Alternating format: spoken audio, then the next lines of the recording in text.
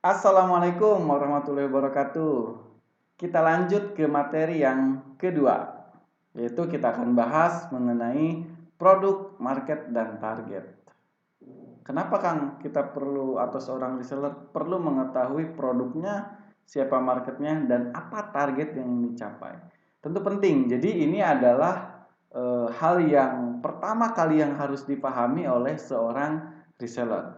Tahu produknya, tahu siapa marketnya, dan tahu apa yang menjadi target teman-teman reseller. Jadi kita bahas satu-satu, mulai dari produk. Nah, di Sipetek sendiri kita fokus menjualkan produk lauk kering atau lauk makan praktis yang berbasis olahan ikan. Nah, kenapa kita fokusnya ke olahan ikan? Karena kita tahu ikan merupakan sumber protein hewani yang sangat baik untuk tubuh, terutama buat anak-anak ya, dan juga untuk keluarga tentunya. Nah, teman-teman reseller ini harus benar-benar paham gitu, sampai ke dalam-dalamnya. Bukan cuman oh saya jualan snack nih namanya si Petek selesai. Ya, semua orang bisa bisa tahu seperti itu, tapi kalau ingin jadi reseller yang juara tadi, teman-teman harus pahami apa keunggulannya, apa kehebatannya dibandingkan dengan produk-produk yang lain. Contoh misalkan, si Petek sekarang kita memiliki 5 varian produk. Yang pertama adalah crispy ikan, itu yang kuning ya, yang di atas, dengan ada berbagai rasa, tapi produknya sama, crispy ikan. Yang kedua ada abon tuna. Yang ketiga ada teri kentang. Terus yang keempat ada udang rebon kentang. Dan yang terakhir ada sambal tabur ikan rawa. Dan insya Allah mungkin ke depan kita menunggu masukan dari para reseller. Kalau kira-kira ada produk yang baru silahkan disampaikan. Dan fokusnya untuk ikan ya. Kenapa? Karena tadi ikan itu mengandung protein hewani yang sangat baik. Nah, terus apa aja keunggulan masing-masing? Itu semuanya ada di dalam ebook. Semuanya ada di dalam konten-konten materi. Jadi harus diperdalami lagi. Silakan dibaca-baca supaya ketika kita menawarkan, kita nggak gagap gitu. Jadi ketika ada yang nanyakan, misalkan nawarkan misalkan, ini harganya berapa? 10.000. Loh kok mahal? Nah, kalau misalkan kita ditanya kayak itu kan suka kaget.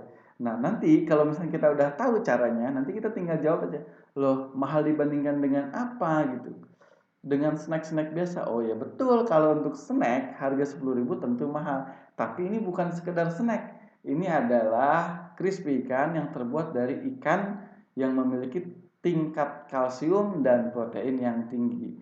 Ada uji labnya, ada data-datanya itu disampaikan. Contoh misalkan satu kemasan si PT crispy ikan ini kandungan kalsium yang setara dengan 5 gelas susu. Coba bayangkan, 1 gelas susu harganya berapa? 5.000 misalnya. Jadi kalau 5 gelas 25.000, ini cuman 10.000. Jadi lebih murah kan?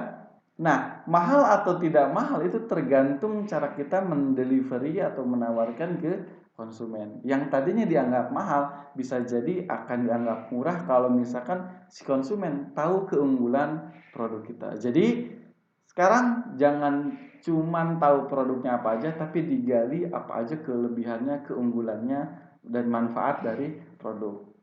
Nah, itu ya. Jadi teman-teman reseller silakan diperdalam lagi produk knowledge istilahnya itu. Jadi keunggulan atau karakteristik produk kita yang kita jual, apa kemasannya bagus, misalkan praktis, tinggal makan, bisa dibawa kemana-mana dan lain-lain. Nah, itu adalah keunggulan-keunggulan yang perlu di-delivery kepada calon konsumen.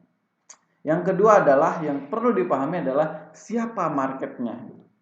Nah, jadi jangan juga karena kita tahu keunggulannya, semua orang yang lewat kita tawari. Misalkan ada bapak-bapak kita tawari, ada tukang ojek kita tawari, ada tukang beca kita tawari.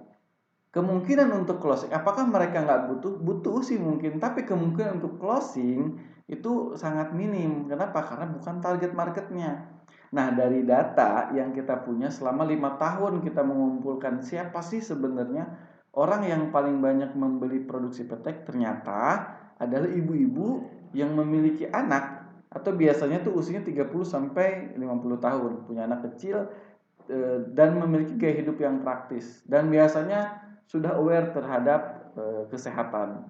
Jadi kita tawari gitu kan, ibu-ibu aja fokus. Jadi kenapa nggak ke yang lain-lain? Takutnya energi kita terbatas gitu, kehabisan tenaga. Ya mending kita fokus aja. Misalkan kalau ada komplek misalkan di sini, atau misalkan ada perkumpulan di sini, ada komunitas ibu-ibu pengajian, di sini ada komunitas futsal. Nah kira-kira kita mau menawarkan kemana?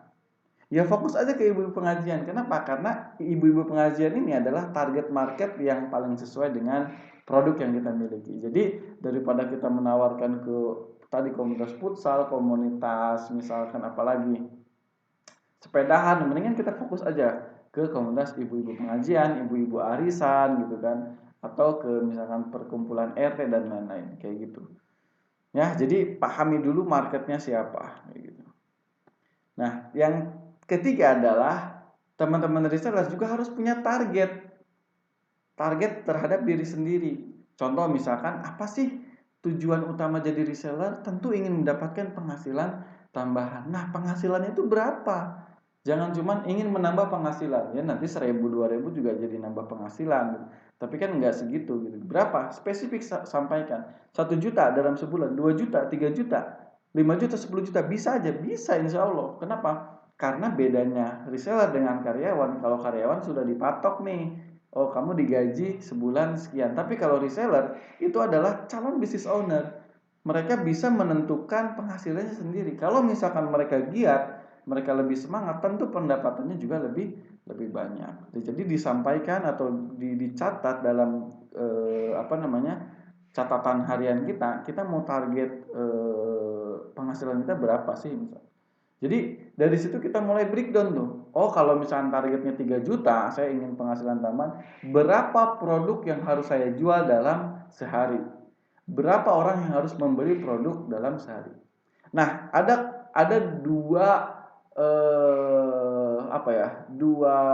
dua istilah yang hasilnya akan sangat beda. Contoh misalkan kita ingin 3 orang yang beli setiap hari. Beda dengan kita menawarkan ke 3 orang, itu beda ya. Kenapa? Karena 3 orang yang beli itu, atau misalnya gini, 3 orang yang kita tawarkan belum tentu semuanya akan beli. Tapi kalau misalnya 3 orang yang beli, kita akan cari lagi orang-orang yang harus kita tawarkan. Contoh misalkan di gambar yang sebelah ada panah dengan targetnya misalnya. Di sana menancap 3 anak panah. Kalau kita seorang pemanah pemula, kira-kira untuk menancapkan 3 anak panah dibutuhkan berapa anak panah? Apakah kita punya 3 anak panah ditancapkan langsung semua 3-3-nya nancap? Kayaknya sangat sulit ya. Tapi kalau misalnya kita udah jago sih ya nancap. Nah, kita harus sadar diri kalau kita seorang reseller pemula, berarti kita harus mengeluarkan banyak anak panah. Nah, anak panah ini adalah orang-orang yang harus kita tawarkan. Jadi, kalau kita punya target, sehari minimal ada 3 orang yang beli, berarti kita harus menawarkan lebih banyak dari 3 orang. 5 orang, 10 orang, 20 orang bahkan, atau bahkan lebih gitu, supaya mendapatkan 3 orang pembeli. Kenapa seperti itu? Nah, ini ada rumusnya. Ini ada namanya istilahnya tuh funnel penjualan atau sales funnel. Jadi, misalkan kita posting di Instagram atau di WhatsApp, ada 100 orang yang melihat postingan kita. Apakah 100 orang itu akan beli? Sangat mungkin kayaknya enggak ya. Maksudnya enggak 100 orang semuanya akan beli. Paling cuma ada 50 orang yang tertarik misalkan, yang cuma tanya-tanya. Nah, dari yang tanya-tanya apakah semuanya beli?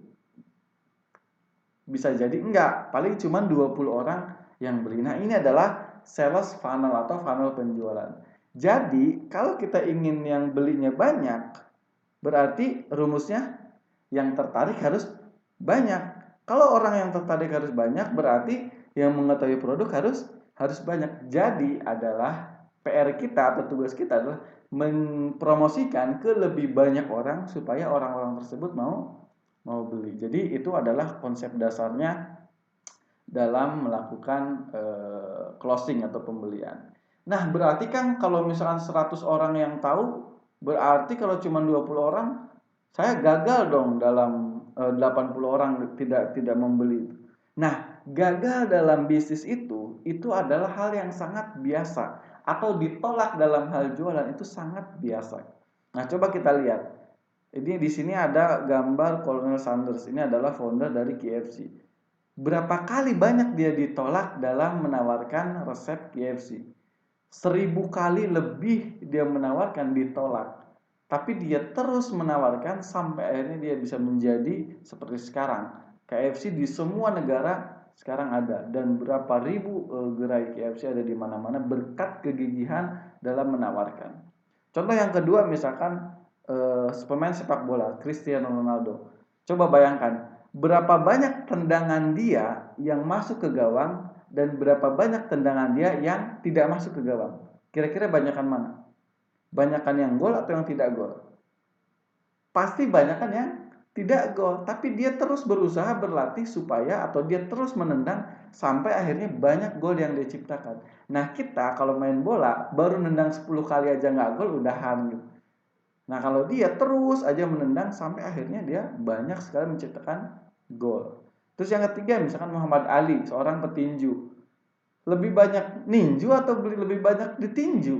Lebih banyak ditinju. Ketika latihan ditinju. Kalau misalkan ninju, kita ditinju sekali KO, ya udah kita nggak akan jadi juara. Jadi latihannya kita banyak ditinju. Jadi sebagai seorang reseller, sebagai seorang calon business owner, jadi adalah resiko kita dalam ditolak. Semakin banyak ditolak, semakin banyak juga pengalaman yang kita dapatkan. Jadi kegagalan atau ditolak itu bukan aib, itu adalah resiko di dalam